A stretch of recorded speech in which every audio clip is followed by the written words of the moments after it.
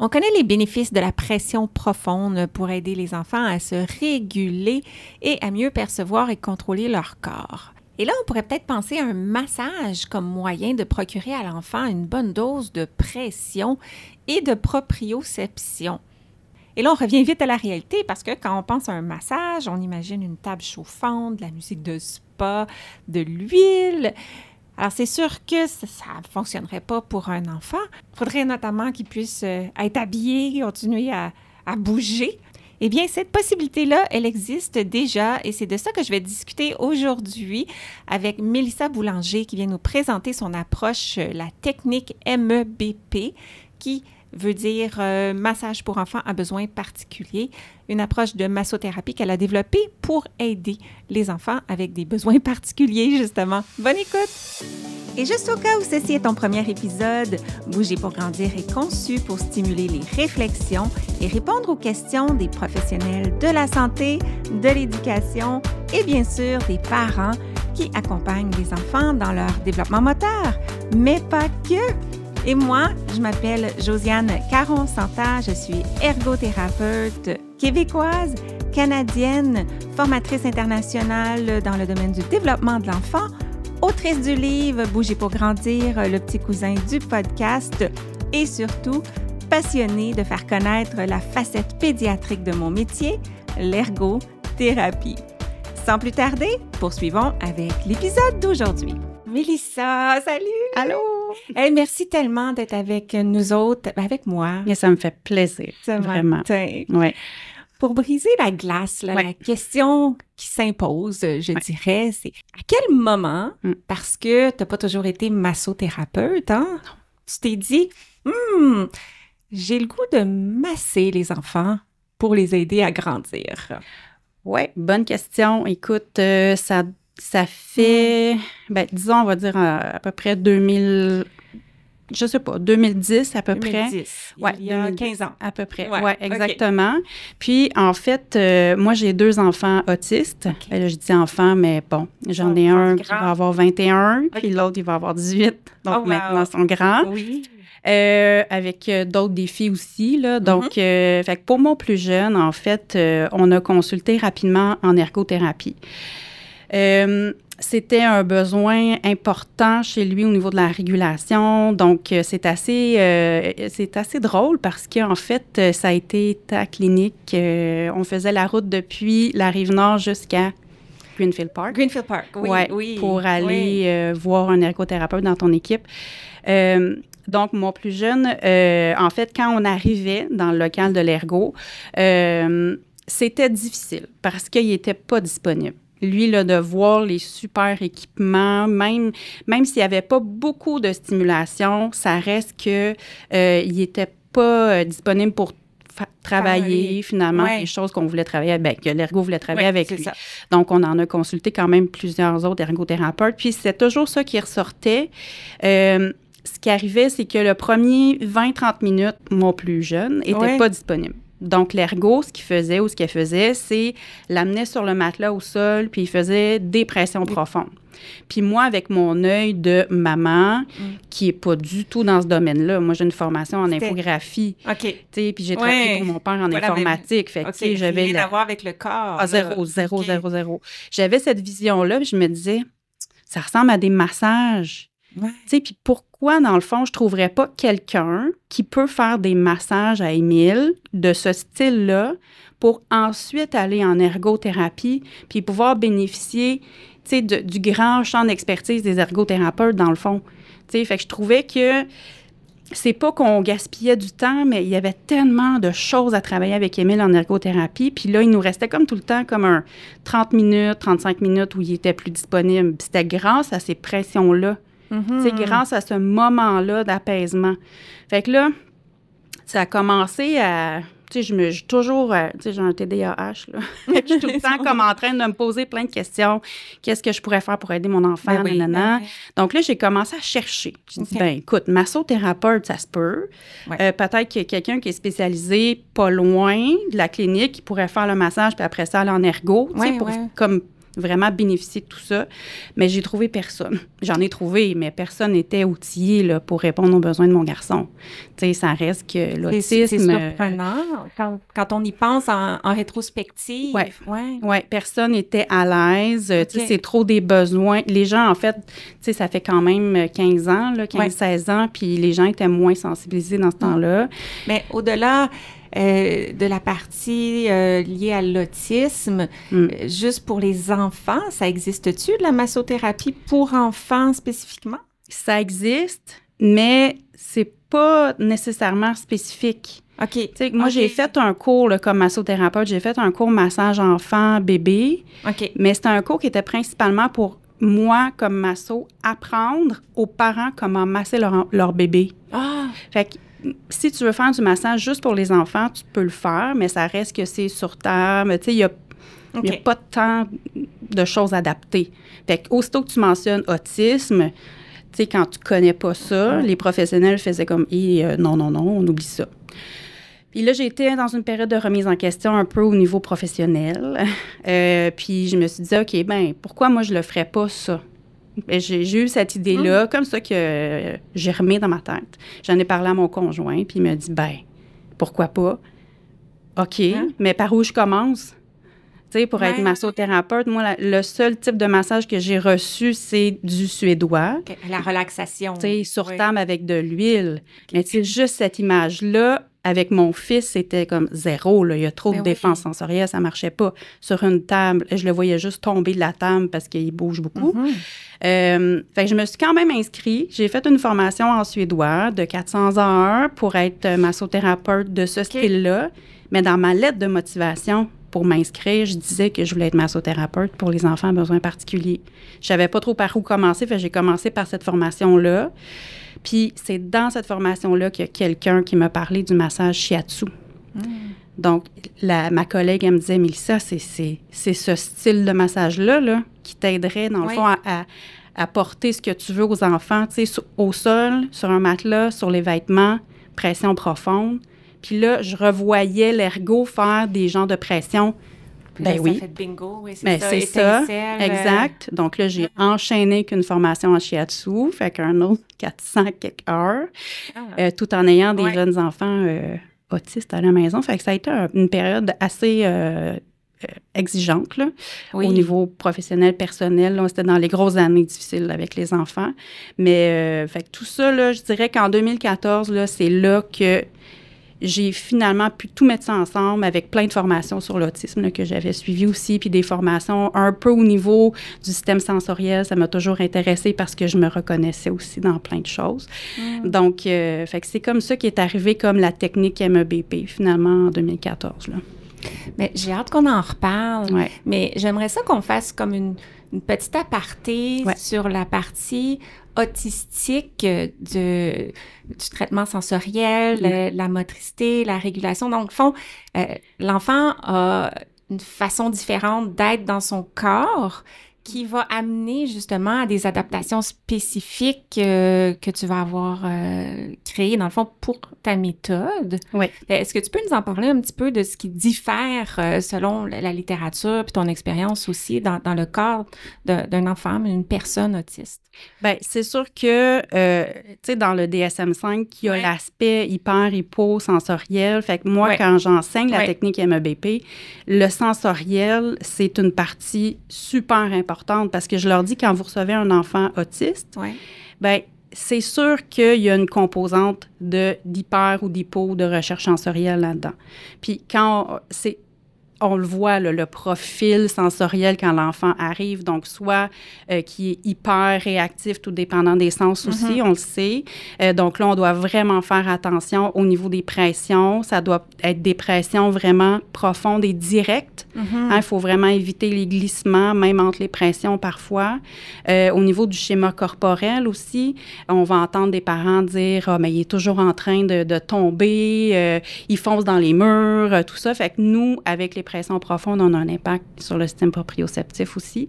Donc, ça vient vraiment aider l'enfant. Puis, on a souvent des retours des parents comme ça qui sont super intéressants, là, de dire « Hey, c'est bien, j'ai l'impression que... » Tu sais, on dirait qu'il y a plus conscience de l'espace autour de lui. Fait que ça, c'est comme, wow, OK, génial. Fait que, tu sais, chez un enfant autiste, c'est même pas on se pose pas nécessairement la question de est-ce qu'il y a un enjeu au niveau sensoriel? On sait qu'il y a quelque chose. Moi, je pense que les études, ça varie un peu, là, mais c'est entre 80 et 90% qui est documenté qu'il va avoir un petit quelque chose ah oui, c'est clair. sur le plan sensoriel. Oui, puis tu sais, nous, il faut faire attention. Tu sais, on utilise des outils sensoriels aussi, que ce soit, tu sais, des balles de massage, que ce soit peu importe les outils, mais il faut choisir en lien avec les besoins de l'enfant aussi, qu'on peut pas proposer n'importe quoi parce qu'on peut créer une réaction, tu sais, une défense sensorielle ou une désorganisation, bon, peu importe, là. Donc, fait que, tu sais, c'est vraiment un enjeu majeur, là. C'est les deux gros sujets là, de la formation théorique de la technique MEBP, l'autisme et les troubles sensoriels aussi. Mais je me souviens, petit souvenir, c'est longtemps, parce que quand tu as commencé, tu m'avais invité à une de tes formations pour venir parler un petit peu de ces sujets-là. Oui, puis effectivement, je trouve que c'est tellement justifié, puis ça témoigne combien tu comprends bien les besoins de t'assurer d'aborder ces sujets-là avec les massothérapeutes qui vont suivre la formation. Parce que c'est... si on n'est pas dans ce domaine-là, on n'a pas nécessairement une intuition qu'une personne peut traiter l'information, entre autres, tactile, différemment. Puis en voulant apaiser, en voulant faire du bien à l'enfant, on peut le stresser davantage. Oui, exactement. Puis tu sais, moi, j'enseigne à des massothérapeutes, mais il y en a là-dedans qui sont éducatrices spécialisées. J'ai enseigné à des psychoéducatrices aussi. J'ai à des infirmières, à des gens de la santé aussi qui sont devenus massos après. Puis, c'est toujours le même discours après. C'est incroyable comment j'ai appris dans ta formation des choses que j'avais jamais vu ou à peine effleuré, là. Tu sais, une éducatrice spécialisée qui me dit que le volet sur l'autisme dans ma formation, ça y a appris tellement de choses qu'elle avait jamais vues ou appris dans ses cours. Tu sais, puis le volet sensoriel, ça parle à tout le monde. Ça change complètement leur façon de voir les enfants à besoins particuliers aussi, surtout les enfants autistes ou qui sont diagnostiqués avec un trouble sensoriel aussi. Fait que, tu sais, puis c'est de démêler tout ça. C'est pas facile comme masso parce que là, par exemple, disons qu'on a un enfant, on soit un enfant qui est hypersensible au niveau tactile, mais qui est hyposensible au niveau proprioceptif. Comment qu'on gère ça? Fait que, tu sais, c'est tout ça qu'il faut, comme, je les aiguille avec ça, puis, tu sais, voir quel genre d'outils on peut utiliser ou comme quel genre de toucher qui peut les apaiser sans les faire réagir fortement au niveau tactile, par exemple. Donc, c'est vraiment une science, là, de doser chacune des sensations, comment les combiner, quelle intensité, quelle durée, tout ça dans un contexte où il faut rester connecté, communiquer avec le jeune qui peut avoir lui-même des enjeux pour nous expliquer ce qu'il a besoin, ce qu'il apprécie. Oui. Tu sais, on a un gros travail en amont qui est fait avec le parent aussi. Tu sais, on a des formulaires santé, on a un genre de petit... profil sensoriel, mais tu sais, c'est pas un vrai profil comme les ergots, là, mais tu sais, au moins juste pour essayer de nous préparer, tu sais, nous-mêmes, juste pour savoir à peu près les préférences de l'enfant au niveau sensoriel, mais je dis toujours au masso, ça, c'est la perception du parent du ressenti de son enfant. Fait que l'intermédiaire du parent, tu sais, même si moi, je connais super bien mon enfant, c'est quand même ma perception de son ressenti. Fait qu'il faut quand même tester des choses un peu. Tu sais, il faut pas comme juste se fier. Si tu écris, par exemple, mon enfant n'aime pas être touché de façon légère, ben oui, peut-être que c'est le cas parce que le parent voit ça, mais nous, notre toucher, c'est un toucher qui est planifié. C'est un toucher qui est structuré, qui est organisé. L'enfant sait quelle partie du corps je vais masser et comment. Puis ça, souvent, ça change tout. C'est important ce que tu viens de mentionner, je pense, parce que justement, les personnes qui n'ont pas de troubles sensoriels eux-mêmes vont interpréter les particularités des autres à partir de leur œil ou de leur propre ressenti. C'est ça, exactement. C'est pas nécessairement, c'est pas ces sens qui fonctionnent pas comme il faut, c'est le traitement de l'information puis la réaction après qui est peut-être pas ce qui est attendu mais tu sais, déjà juste de le faire comprendre aux parents aussi, c'est intéressant. Moi, j'aime ça faire des petits retours sur ça. C'est juste, vous mentionnez, vous m'avez dit dans le profil, je veux pas le prendre en défaut, mais je veux comme juste l'outiller à comprendre parfois certains comportements que le parent peut voir comme trop exagérés, par exemple, à une situation. Puis juste de prendre conscience, peut-être que la lumière, le son... Mais en fait, la réaction, elle n'est pas exagérée, elle est normale en fonction de ce qu'il a perçu. Donc, si n'importe qui perçoit une lumière de cette intensité-là ou un bruit de cette intensité-là, c'est normal de surréagir. Donc, il faut prendre ça en considération quand on intervient. Quand l'enfant nous arrive en masseau, on ne sait pas, nous, ce qu'il y a eu nécessairement avant. Il est peut-être déjà rendu à la limite de la surcharge sensorielle. Il y a eu, je ne sais pas, dans l'auto, il s'est chicané avec son petit frère, sa petite sœur. Bon, à l'école, ça a été difficile. Fait que, nous, ce qu'on fait, est-ce il y a un enfant qui nous arrive qui est complètement comme proche de la surcharge? Ou au contraire, j'en ai des enfants qui ont un profil plus hypo. Là, qu'est-ce qu'on fait avec un enfant qui est comme ça? Le but, c'est si on lui fait un massage, puis il est vraiment hypo-réactif puis apathique, bien là, si je fais un massage, il va s'endormir puis il va être complètement indisponible. C'est pas ça. Fait que là, mes manœuvres doivent être plus dynamiques. Je peux faire des percussions, je peux faire des mobilisations un peu plus rapides, je peux utiliser des outils sensoriels un peu plus stimulants au niveau tactile pour le ramener un peu disponible, parce qu'un enfant qui est apathique, c'est pas nécessairement mieux qu'un enfant qui est hyper... L'objectif, c'est... le terme qu'on utilise en ergothérapie, c'est moduler, l'amener dans... normaliser finalement son éveil, son système sensoriel pour qu'il puisse... approcher le monde, l'environnement ou même utiliser son corps de la manière la plus optimale pour lui en son développement. Oui, exactement. Bon, parle-nous un peu plus justement des techniques que tu mets en place. Justement, tu me parlais de structure et de c'est planifié pour l'enfant. Donc, comment tu t'es adapté dans ta technique pour mettre l'enfant à l'aise dans un premier temps, puis que ça soit d'autant plus efficace ce que tu vas lui proposer? C'est sûr qu'il y a toujours une rencontre avec le parent seul avant. Fait qu'il y a une rencontre, là, vraiment séparée de la rencontre avec l'enfant. Fait que cette rencontre-là avec le parent ou les parents nous servent sous forme de, juste d'échange à compléter les formulaires. Puis, à peu près comme 30 minutes pour compléter les formulaires. Puis le reste du temps, donc le dernier 30 minutes, on fait le massage aux parents. Et là... Ça, c'est intéressant. Le parent... Et là, moi, je fais exactement ce que je vais faire à l'enfant. Donc, la présentation du début, je vais masser ça. Pareil, pour que le parent, il comprenne c'est quoi, puis qu'il soit plus à même après de le présenter à son enfant pour le rassurer, par exemple, puis de vivre aussi des bienfaits, même si c'est juste 30 minutes. Les parents, c'est souvent un coup de cœur, puis ils en redemandent après pour eux-mêmes. D'un client pour un. Oui, c'est ça. Donc, c'est vraiment super intéressant cette heure-là avec le parent. Mais oui, ça fait complètement du sens, parce que comment le parent peut amener l'enfant à vouloir aller voir une nouvelle madame ou monsieur une première fois en lui expliquant, il va te masser, mais là, c'est quoi un massage? T'es couché, puis on te touche, mais là, l'enfant... c'est les expériences qu'il y a eu peut-être avec des étrangers par rapport à ça. Je pense juste à un médecin quand ils ont des examens médicaux, il y a des touchés quelconques et tout ça, puis il faut que c'est rapide, c'est pas planifié, ça peut être stressant pour l'enfant. Donc, il faut d'abord que l'enfant ait le goût de venir au rendez-vous, puis le parent pour être bien outillé pour l'expliquer. Oui, exactement. Voir vécu, ça fait tellement de sens. C'est même si on a déjà en amont envoyé le site web aux parents pour qu'ils montrent à son enfant c'est quoi, parce qu'il y a des photos sur le site web, c'est de moi qui masse un de mes garçons. Fait que déjà, l'enfant peut se préparer, mais ça reste qu'il n'y a rien de mieux que de l'avoir vécu comme parent pour voir à quel point c'est adapté à l'enfant.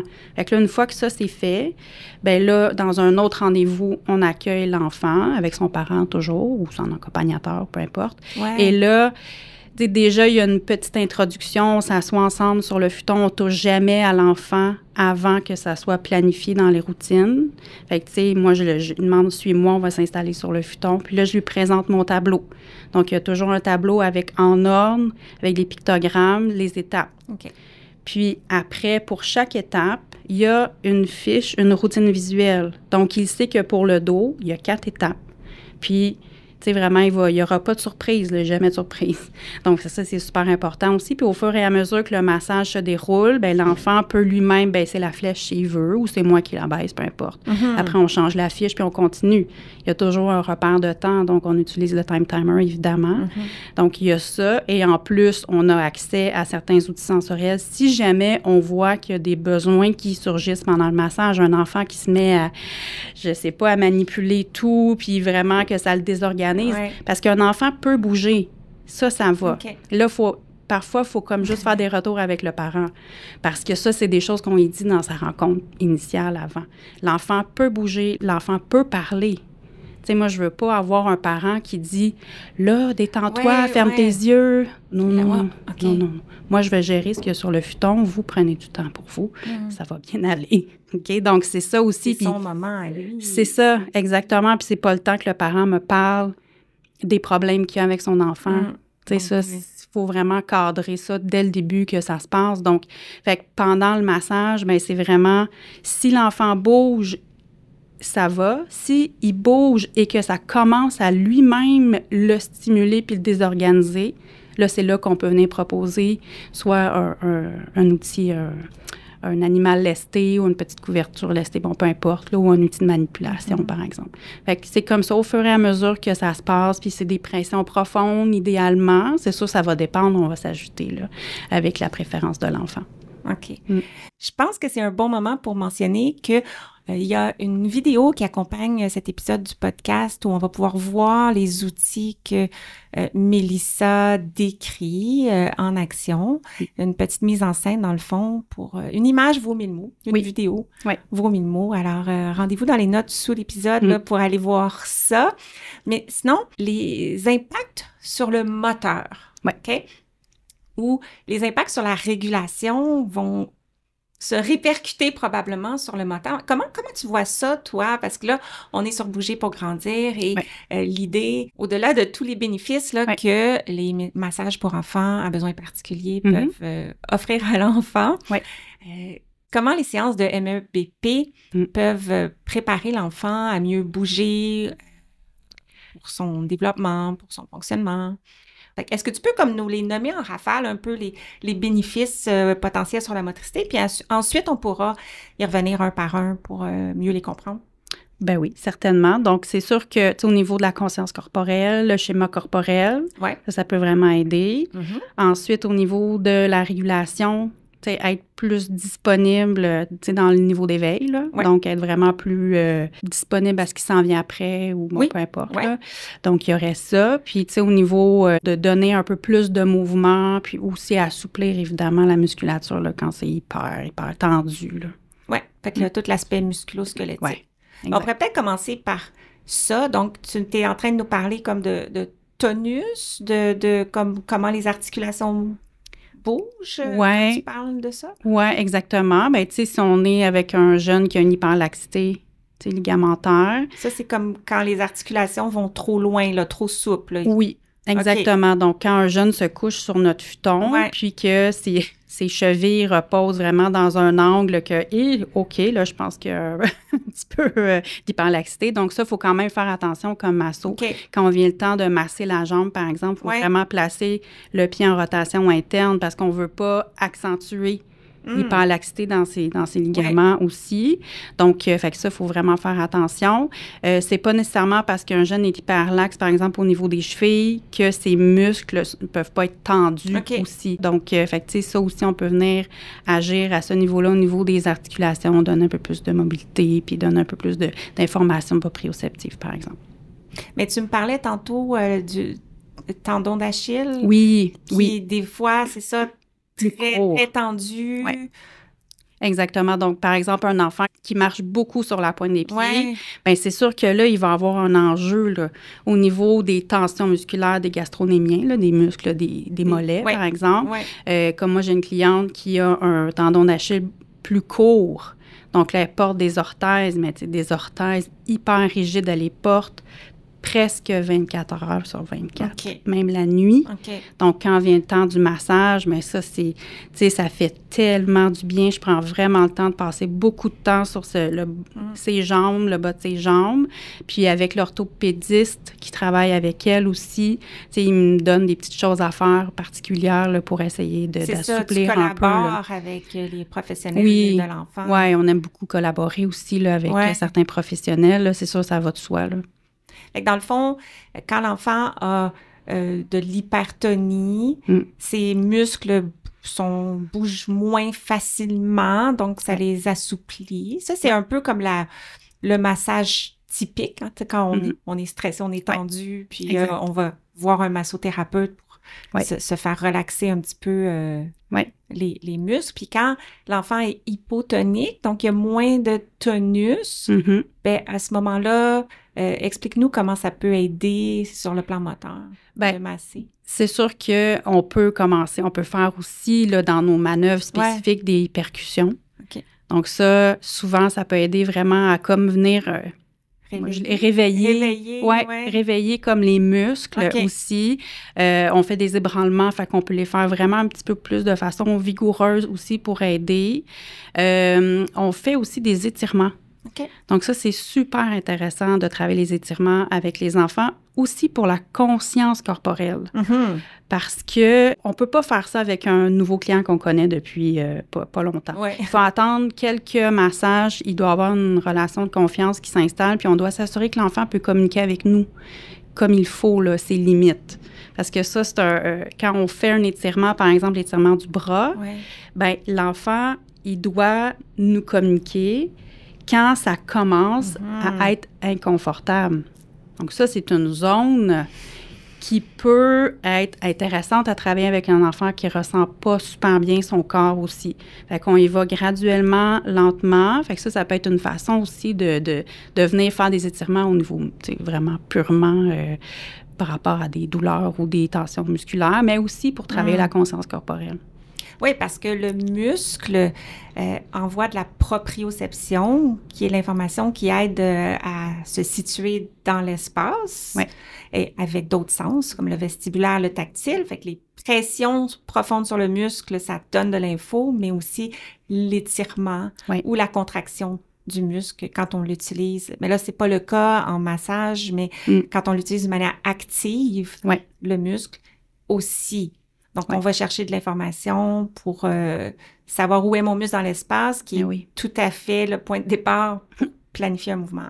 Oui, exactement. Donc, chez les enfants qui ont une dyspraxie, par exemple, ça peut être très intéressant là, de travailler avec les pressions profondes. On les fait de toute façon, mais parfois, il y a certains enfants qui les toléreront pas tout de suite, les pressions profondes. Mais une pression profonde, ça n'a pas besoin d'être fort pour être profond. Il faut juste rester dans la pression, comme que ça, moi j'ai l'impression que ça descend comme dans le muscle. Là. Donc, fait que ça peut être intéressant aussi pour ces jeunes-là. Oui, puis je pense que ça doit varier d'un jeune à l'autre. Et c'est tout est dans la communication avec le jeune de qu'est-ce qui te fait du bien, plus fort ou moins fort. Oui, puis ça au début, ben c'est sûr c'est un enjeu qui est plus grand avec un jeune qui est non-verbal, par exemple. On a des pictogrammes qu'on peut utiliser aussi. Il peut taper sur le futon. On peut établir une autre sorte de communication que juste verbale.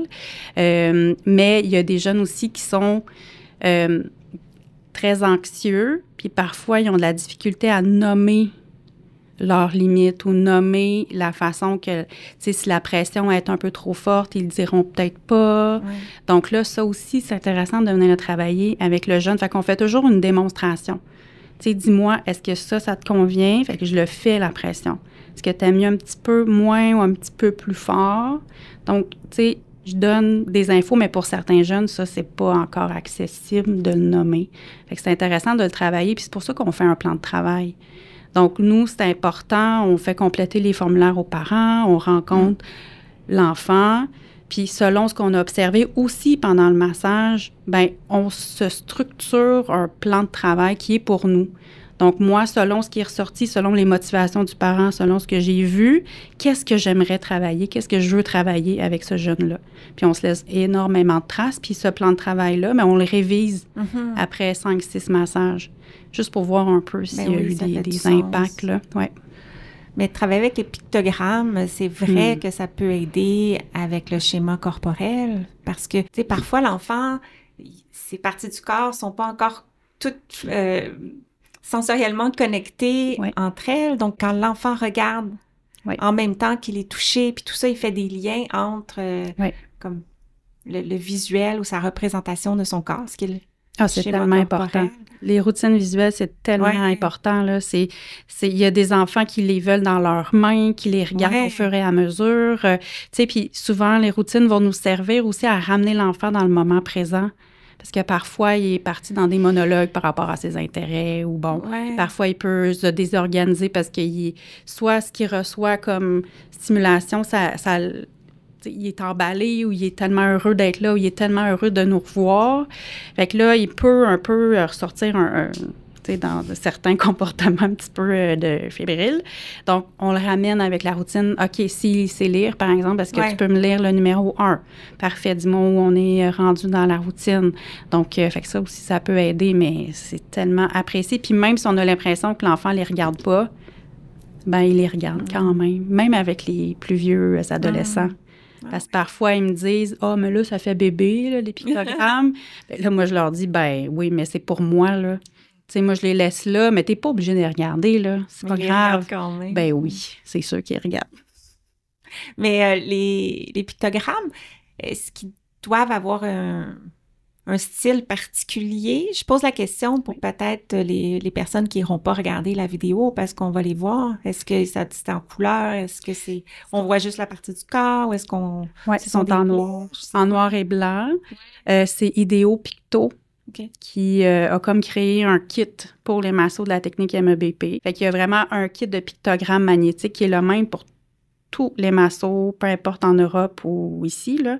Donc, tout le monde a le même kit de picto. Fait que ça, c'est important. Et les routines visuelles, c'est les mêmes pour tout le monde aussi. Et c'est les mêmes pictogrammes qui sont réutilisés dans la routine visuelle. Donc, c'est les mêmes images. Fait que c'est vraiment très simple, là, juste des lignes en noir. Ils sont genrés, là, pour l'instant, là, donc garçons ou filles. Mais, fait que c'est souvent...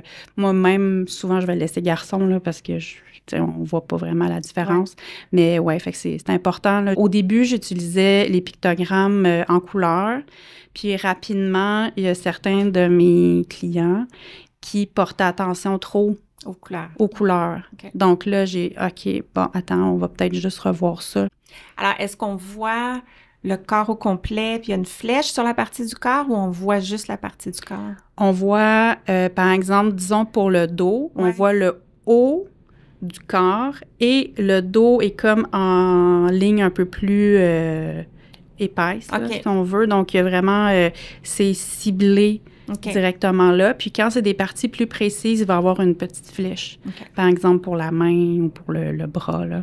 Donc, pour être sûr. Fait qu'on voit pas que la partie, on voit vraiment le schéma presque au complet, là. Je trouvais ça intéressant au début, quand tu parlais que quand ton garçon était en ergo, puis que tu y allais pour des objectifs fonctionnels. Puis c'est sûr que ça fait partie du travail de l'ergothérapeute de mettre en place toutes sortes de moyens sensoriels pour aider l'enfant à arriver dans cette zone optimale d'éveil-là. Mais c'est vrai que la majorité des séances d'ergo sont 60 minutes. Oui. Donc, quand ça prend 30, 45 minutes à arriver, il reste moins de temps pour travailler d'autres choses, comme apprendre à utiliser des ciseaux, par exemple, ou écrire. Tout le reste, là. Ou tout le reste. T'sais, on a travaillé des habiletés sociales, on a tellement travaillé de trucs. Tu sais, vous avez un champ de compétences, d'expertise hallucinant, tu sais. Moi, je trouvais ça tout le temps dommage parce que j'étais comme, non, on n'a pas le temps pour ça. C'est plate, là. Donc, l'idée que ce volet-là peut être complémenté par une collaboration ergothérapeute, massothérapeute pour enfants à besoins particuliers. Et dans le meilleur des contextes, si cette rencontre-là pourrait avoir lieu la même journée, ça serait wow! Juste avant. Mais sinon, c'est quand même... Là, je te pose plein de questions en même temps, mais sinon, c'est quand même un effet qui, quand c'est régulier, ça se maintient. Donc, probablement que ça aide l'enfant généralement à se moduler plus vite s'il reçoit un massage 1 fois par semaine. C'est sûr. Ou 2 fois par semaine. Mais comment ça aide à disponibiliser l'enfant finalement?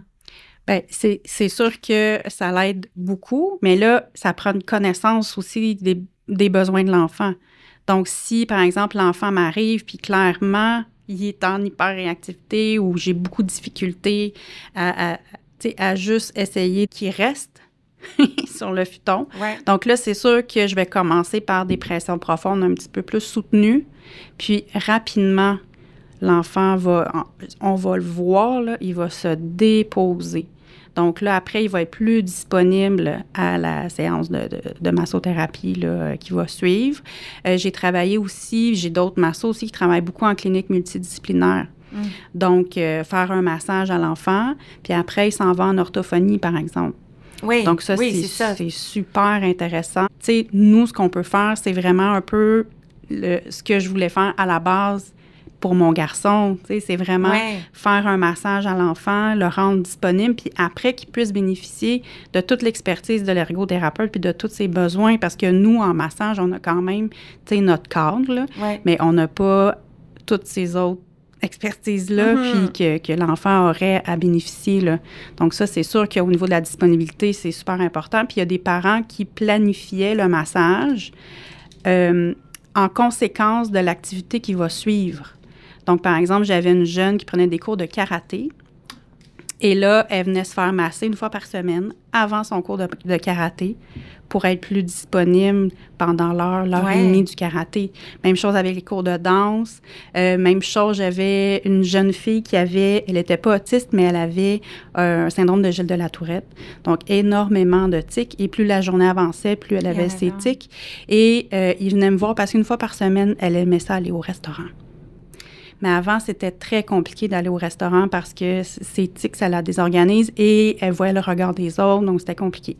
Donc, il venait me voir avant, puis les tics, vraiment, là, ça, c'est fascinant. J'ai hâte de faire une étude sur ça. J'aimerais tellement ça le faire parce qu'on le voit dès les premières minutes que ça s'apaise. Et là, après, elle pouvait aller au restaurant. Elle pouvait profiter de sa soirée. C'est quand même incroyable. C'est des parents qui pleurent de voir leur enfant pendant le massage être apaisé, pas parce qu'ils retiennent leur tic, parce qu'ils laissent aller. C'est ça la différence aussi. Donc ça, là, c'était formidable. Fait que ce soit avec l'anxiété ou ce soit avec un TDAH ou peu importe, un enfant qui a un massage avant, puis on répond bien à ses besoins, mais après, c'est sûr qu'il est plus disponible à ce qui s'en vient. Période de devoir aussi, ça, je l'ai fait souvent, déplacer chez des clients. Ils reviennent de l'école, sont surstimulés de leur journée. On fait le massage, des bonnes pressions profondes. Après, période de devoir, exceptionnelle. Bien, je pense que tu pourrais continuer comme ça ad vitam aeternam, donc pour tout, de bien se sentir dans son corps, dans ses émotions. Ça prépare. Est-ce que ça t'est déjà arrivé de suggérer aux parents, justement, si l'enfant est en apprentissage de différentes habiletés motrices, je reviens des objectifs typiques d'ergothérapie, donc des activités pour améliorer l'écriture, par exemple, de leur dire, profitez-en après le massage pour faire des activités comme celle-là, dans le fond? Ben oui, ça pourrait être facilement ça. Là. Personnellement, moi, j'ai pas eu à le faire. Là, j'arrive pas à me souvenir, mais ça pourrait être facilement fait. Tu sais, on pourrait justement, après, je sais pas moi, ou avant une séance intensive là, de motricité fine, par exemple, avec l'enfant, parce que j'imagine que comme ergo, moi, j'ai pas eu cet enjeu-là avec mes enfants, mais tu sais, ça reste que ça demande énormément d'énergie à l'enfant pour essayer de tenir son crayon et tout ça. Donc, ça pourrait être fait avant ou même peut-être après, tu sais, pour soulager un peu la musculature et tout ça. Donc, fait que oui, ça, on pourrait travailler. Moi, j'ai travaillé par le passé en collaboration avec des ergothérapeutes là, pour différents besoins. Là. Donc, mais c'est toujours, je dis toujours aux étudiants que je forme que trouvez-vous une bonne référence, un bon ergothérapeute, là, tu sais, qui va vraiment vous soutenir, que vous allez pouvoir vous référer aussi des clients. Tu sais, c'est tellement des... Ben, j'aurais voulu être ergo, OK, je l'avoue. J'aurais voulu, pour vrai, certainement. Depuis que mon enfant a commencé les services en ergothérapie, j'ai tombé en amour avec ce métier-là. Mais bon, c'était peut-être pas accessible pour moi à ce moment-là. Là. Mais j'ai toujours, là, mes étudiants me disent toujours, moi, toi, quand tu parles des ergos, ben oui, mais c'est comme ça, là. Qu'est-ce que tu veux que je te dise? J'ai comme, c'est ça. Voilà. C'est cute. Tout ceci dit, je posais surtout la question pour les parents qui nous écoutent puis qui sont pas en ergo et qui ont quand même des objectifs moteurs informels pour leur enfant. Donc, juste apprendre à s'habiller, manipuler les vêtements, retourner un vêtement qui est à l'envers, brosser les dents, des choses comme ça. Donc, si le massage est fait avant, c'est un bon moment pour, oui, fonctionner, tout ce qui vient après, mais pour essayer de parfaire un enseignement. Donc, si on veut prendre le temps de remontrer à l'enfant comment tourner son chandail, par exemple, ben, c'est un bon moment, selon moi, ergo, de le faire suivant la séance. Parce que le corps de l'enfant va être plus disponible. Son esprit aussi, possiblement, parce que justement, ses émotions, son attention, tout ça va avoir été modulé par le massage. Oui, exact. On avait-tu fait le tour des bénéfices? On prend plusieurs tangentes, tout est intéressant. Ben, tu sais, c'est sûr au niveau de l'anxiété. L'anxiété, parce que, tu sais, la massothérapie à la base, là, tu sais, au niveau des hormones qui sont sécrétées, tout ça, c'est sûr que ça l'amène un apaisement, ça l'amène une diminution, stress, anxiété. En fait, plus l'enfant vient nous voir régulièrement, comme moi, c'est sûr, idéalement, ce serait à toutes les semaines, plus va s'installer l'effet d'être en amont. Par exemple, on est toujours en réaction à un problème. On va voir un spécialiste parce qu'il y a quelque chose. Mais quand on est en prévention, c'est là que c'est intéressant. Donc là, moi, j'avais beaucoup des jeunes que la rentrée scolaire, c'était hyper anxiogène. Donc, on installe vraiment une routine de suivi plusieurs semaines avant la rentrée scolaire. Et là, je les vois toutes les semaines. Et même quand 2 semaines avant la rentrée scolaire, là, je les vois 2 fois par semaine. Quand la rentrée scolaire est là, 2 fois après. Donc, c'est comme si on venait abaisser le niveau, tu sais, d'anxiété à un niveau qui est comme fonctionnel, là, tu sais, que l'enfant a moins d'impact. Puis là, quand il arrive des événements anxiogènes, bien, il y a moins de pics d'anxiété. Puis, tu sais, moi, des clients, j'en ai suivi, là, comme là, j'ai ma cliente que j'ai depuis 7 ans. Je la vois presque à chaque semaine. Puis elle, c'est ça qui est installé. C'est vraiment une espèce d'effet de je sais pas comment le nommer, mais quand il arrive des choses, c'est toujours plus tempéré. Oui, c'est moins intense. C'est moins intense. Puis j'en ai beaucoup comme ça, que c'était ça qui s'était installé avec eux. Donc, quand il arrive des événements vraiment difficiles, bien, ça reste comme gérable, si on veut, là. Donc, effectivement, c'est sûr que l'anxiété, ça l'aide vraiment beaucoup. Les problèmes de sommeil aussi. Fait que, on peut planifier le massage en fin de soirée. Et moi, je disais aux jeunes, venez en pyjama, là, c'est bon. Fait que le parent, là, vraiment, là, dans le sens que la routine est faite, le bain est pris, les dents sont brossées, tout est fait. Il vient me voir ou moi, je me déplace à domicile, je fais le massage, puis après, dodo. Ça, c'est super intéressant aussi, là. Oui, puis plus l'enfant dort bien, plus il va être modulé en général et en contrôle. De son corps. Puis l'aspect prévention, je trouve ça intéressant pour le moteur aussi, parce que c'est un peu comme quand on a faim, tu sais, si on attend d'être affamé avant de manger, on va moins bien digérer, tout ça. Donc, si régulièrement on nourrit le système sensoriel de proprioception, puis de tactile profond, il n'arrive jamais dans cet état de manque-là où il n'y en a pas assez pour bien bouger. Oui, fait que c'est vraiment un suivi qui est régulier. C'est pas un massage, j'ai mal au dos, je vais me faire masser. C'est ça. Avec la technique MEBP, on est vraiment dans des suivis plus réguliers. C'est sûr qu'on s'adapte avec les besoins, que ce soit financiers ou autres, là, mais quand même, c'est ça qu'on préconise, c'est sûr. Là. OK. Puis les effets, on les voit... Tantôt, tu as nommé pour l'exemple de l'enfant avec un Gilles de la Tourette, comme quelques minutes après, mais... D'une manière générale, est-ce qu'on peut voir les impacts sur tout ce qu'on a nommé tout de suite après la session? Puis est-ce que les impacts se cumulent entre eux? Et c'est ça? Dans le temps? Ou, c'est tellement variable. Ça varie. C'est tellement variable. Je peux jamais faire de prédiction parce que pour un jeune, parfois, ça dépend des défis aussi, là. C'est sûr que, tu sais, un jeune qui a un autisme niveau 3, au niveau du soutien, qui est non-verbal, c'est sûr, ça va être plus long développer la relation. Parce que à la base, il y a ça aussi. Il faut développer la relation de confiance avec l'enfant. Puis plus vite on installe ça, plus vite on voit les bienfaits s'installer. Fait que c'est ça, si je vois un enfant une fois par mois, ça risque d'être toujours à recommencer, surtout s'il est autiste puis il a besoin de prévisibilité, tout ça. Puis parfois, il y a des enfants qu'on le voit tout de suite dans le massage. Il y a quelque chose qui se passe puis il a accès à la détente. Puis là, son parent, soit qu'il pleure ou soit qu'il ne comprend pas ce qui se passe puis il est complètement surpris que son enfant reste pendant 30 minutes sur un futon à pas bouger ou presque.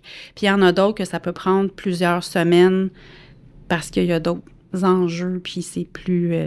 mais ça finit toujours par avoir un bénéfice. Mais parfois, il faut être patient, puis c'est pas...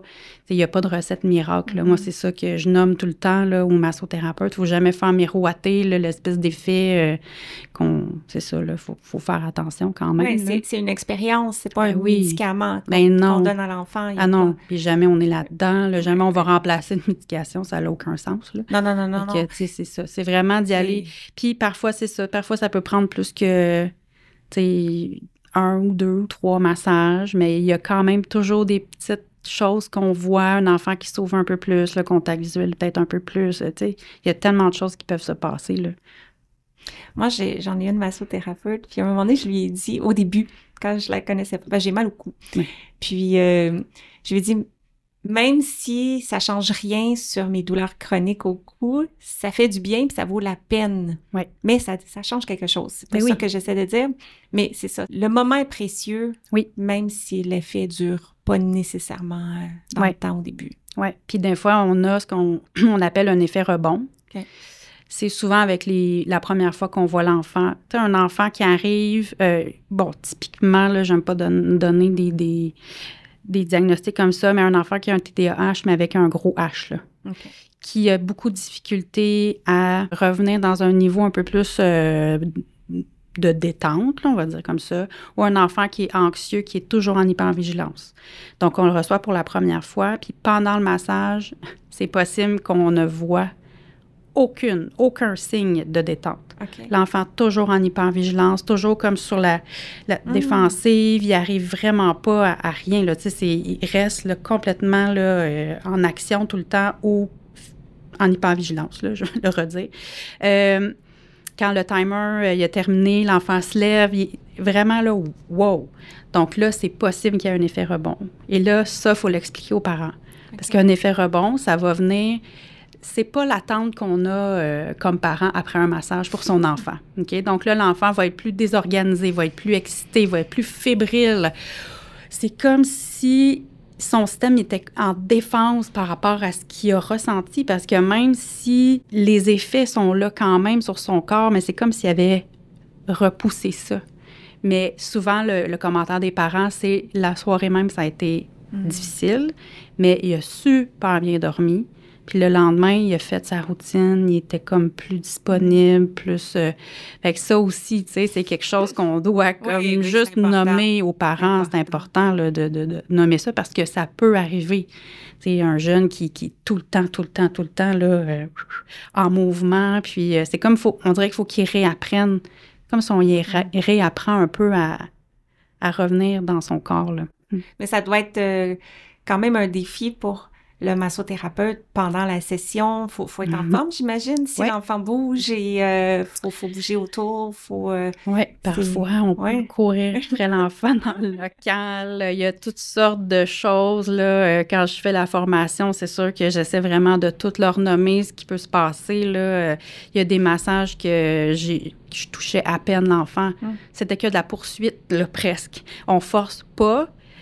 Et il faut quand même réintéresser l'enfant à revenir au moment présent avec nous. Fait que soit avec des outils sensoriels, des trucs un peu plus ludiques. Parfois, il y a des enfants qui refusent complètement. C'est pas tant qu'ils vont refuser le toucher, c'est que là, tout ça, ça fait pas de sens. Puis ils vont comme un peu plus s'isoler. Puis là, je vais demander aux parents, est-ce que ça vous intéresse de recevoir le massage? Okay. Puis là, le parent vient, puis là, c'est tellement mignon. Il y a l'enfant qui a les bras croisés comme ça, là. Puis là, il est de dos à nous. Puis là, plus le temps avance, plus il se retourne. Puis là, moi, j'essaie juste de faire des petits contacts avec l'enfant. Puis parfois, je lui demande de venir, il va pouvoir m'aider. Puis là, souvent, on finit les deux, moi puis l'enfant, à faire le massage aux parents. Puis ils reviennent la semaine d'après, puis c'est complètement le contraire. Okay. L'enfant s'installe, il va se coucher sur le futon. Puis, tu sais, des fois, il y a ça aussi. Il faut faut prendre ce que l'enfant nous donne comme disponibilité. Tu sais, on n'est pas là pour essayer de forcer personne. Mais en faisant ça, comme comprenant aussi qu'est-ce qu'il peut ressentir, mais ça change tout, là. Est-ce que ça arrive que l'enfant va dire je voudrais que ce soit mon parent qui le fasse plutôt? Mais ça m'est jamais arrivé. J'ai jamais entendu non plus. Mais ça serait correct si un enfant dirait ça. Ouais. Ben oui, tu sais, dans le fond, c'est pas un genre de refus, mais c'est plus, il est peut-être pas prêt à ce que moi, je lui touche directement. Là, parfois, on peut proposer des intermédiaires. Tu sais, j'ai des gants tactiles, sensoriels. Tu sais, parfois, même s'il y a les vêtements, c'est comme si c'est trop direct, mon contact avec son vêtement, sa peau. Donc là, de prendre un intermédiaire, puis parfois, là, c'est juste une couverture mince. C'est comme une barrière un peu psychologique, là, mais avec des gants tactiles ou avec une couverture repliée en plusieurs épaisseurs, ça fait souvent le travail. Passer avec une balle, ben écoute, ça va, je peux essayer avec une balle, puis là, ça peut fonctionner, mais sinon, après, on fait interagir le parent, puis ils sont très heureux là, de collaborer. Mais ça en revient à établir la relation, parce que un massage est très affectif au-delà d'être sensoriel. Fait que si on attend le bon moment, à ce moment-là, l'enfant risque d'être réceptif quand on lui offre. Oui, puis il y a des belles choses qui peuvent se passer pendant le massage aussi. Quand on arrive au ventre, il y a déjà eu des confidences assez intenses. Même si le parent est là, des choses que le parent n'avait jamais entendues. Il s'installe vraiment une espèce de communication, là. C'est vraiment bien. Oui, c'est précieux. Oui. Fait que les massages peuvent varier en longueur, hein? C'est selon l'enfant? Selon l'enfant, c'est sûr que c'est toujours un 30 minutes. Mais là, le premier massage, c'est toujours 30 minutes. Mais là, si on voit qu'on a un plus jeune enfant, c'est disons là, 5 ans et moins ou 4 ans et moins, je dirais 20 minutes, c'est suffisant parfois. Les plus grands, c'est eux qui vont le demander. Souvent, ils vont comme chialer, là. « Ah, mais là, c'est pas assez long. » Puis bon, regarde ça avec ton parent. Tu sais, c'est quand même la décision, là.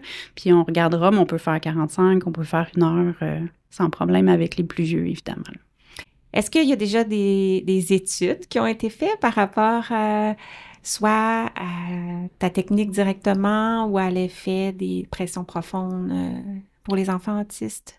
Oui, bien, il y a une étude exploratoire là, vraiment dédiée à la technique MEBP qui a été faite dans les dernières années avec Nathalie Poirier là, de l'UQAM. Donc, les résultats étaient intéressants, mais c'est vraiment une étude exploratoire parce qu'on n'avait pas beaucoup d'enfants, on n'avait pas un gros budget non plus. Fait que finalement, on a fini avec moins d'enfants, puis c'était plus au niveau de l'attention. Fait qu'on a vu vraiment des différences au niveau de l'attention. Plus il y avait de séances de massage, plus l'attention à la tâche était plus grande. Donc, l'enfant devait faire une petite tâche rapide là, avant le massage puis après le massage. Donc, c'est là qu'on a vu un impact là, au fur et à mesure des semaines. Fait que ça, c'est intéressant, mais moi, je suis toujours à la recherche de chercheurs qui voudraient vraiment comme aller un petit peu plus poussé là, au niveau de l'anxiété ou de la motricité ou bon, peu importe, là, parce que, c'est nous, sur le terrain, on voit tellement d'impact, mais c'est sûr que, même moi, comme maman ou comme professionnelle, quand il n'y a pas d'études, je suis toujours un petit peu comme « mais c'est ça serait vraiment excellent. » Intéressant pour aider les enfants à tous les niveaux. Ben oui, quand même. Comme n'importe quel humain. Ça peut faire du bien pour plein de choses aussi. Là. Il y a les effets du massage sont prouvés, là, ça, il n'y a pas de souci. Là. Mais c'est sûr que s'improviser, par exemple, massothérapeute pour enfants à besoins particuliers, centre de formation, non. Il y a trop d'aspects. Tu sais, la théorie dans ma formation, j'ai une formation de 80 heures. Oui, c'est ça. C'est presque la moitié sur la théorie. Fait que c'est important de savoir comment communiquer, comment réagir, c'est quoi les principales caractéristiques. Comprendre le quotidien des familles aussi. Quand on reçoit un enfant autiste, par exemple, Ouais. il y a tout ce qui va autour. On voit aussi les intervenants, les principaux intervenants aussi, qu'est-ce qu'ils font, comment on peut les approcher, puis tout ça. Important. Donc, je vais reformuler, dans le fond, ce que j'ai dit précédemment. Ouais. Où les massages sont intéressants pour les enfants, pour la motricité d'une manière générale, et on peut explorer avec eux ce que ça donne, mais on mettrait une bémol quand même si on travaille avec un enfant autiste et qu'on n'est pas formé en autisme et sur les troubles neurosensoriels, de faire attention à ne pas explorer sans trop être formé avec cette clientèle-là. Oui, exactement. Il y a trop d'enjeux. Il y a trop d'enjeux. Ouais. Puis l'enfant peut apprendre qu'être touché, c'est pas sécuritaire. Ouais. Puis on peut avoir des impacts là, qui peuvent rester avec lui. Oui, c'est clair. Il faut faire attention. Exact.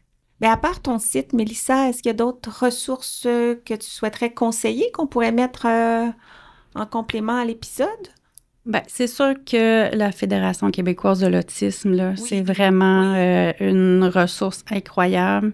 Il y a le site web de l'accompagnateur aussi. OK. Donc, puis sinon, je pense que c'est vraiment les principales. Là, c'est sûr qu'il y a des ressources au niveau sensoriel. Tu sais, moi, je donne souvent tes livres comme référence parce que c'est vraiment intéressant. Il y a Sonia Côté aussi. Oui. Une autre ergothérapeute. Donc, 2 livres. Oui, c'est ça. Fait que ça, c'est des ressources vraiment géniales. Bien, parfait. Je vais mettre tout ça en lien pour aller consulter. Et bien, merci pour cette discussion ressourçante et tellement alignée sur, la science, 2, la perspective de l'ergothérapie, et 3, tout l'art de la massothérapie, puis de ce que tu as créé. Fait que merci pour tout ça. Et si tu as encore envie d'écouter sur le sujet de la proprioception, je te suggère l'épisode 55 pour mieux comprendre cette notion-là. Et il y a l'épisode aussi sur le yoga. En fait, il y en a 2, 33 et 62 avec Mélanie Cahouette qui vient se rejoindre à ces notions-là aussi, qui stimulent le corps de différentes façons pour apaiser et l'aider à mieux bouger. Alors, merci. Bye! Merci! Merci d'avoir écouté et à bientôt pour notre prochain épisode.